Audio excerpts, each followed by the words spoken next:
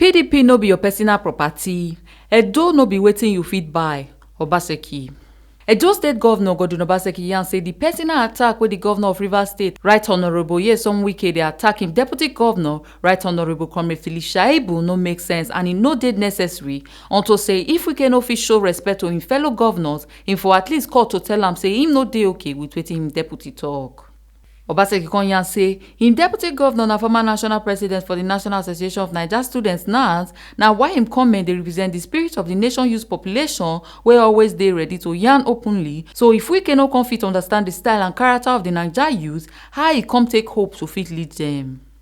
E come yarn say Wike for follow the same way wey PDP national chairman Senator Dr. Iyorchia Ayu take answer him deputy talk based on leader wey get sense, sake of say Shaibu no lie say since September 19, 2020 elections dem don register over 500,000 members and the leaders, executives and members till today dem never still properly fit join the party.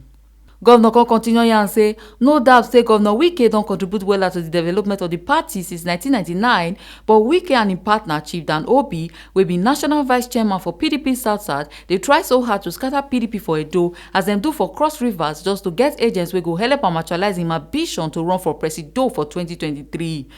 So Obaseki come talk say him no dey against Wike unto say dem go join body to make sure say PDP go win next year presido elections, but make e no use him ambitions take intimidate others to begin obey am. Obaseki come finally yarn say for Edo dem no dey accept political bullies, sake of say him don fight well to bring down bullies and arrogant leaders, so na why him dey beg the leaders for the ogbonge party to call Governor Wike to order. Governor Godwin Obaseki na him sign dis one. Ebosereme Obinome, TMC TV News.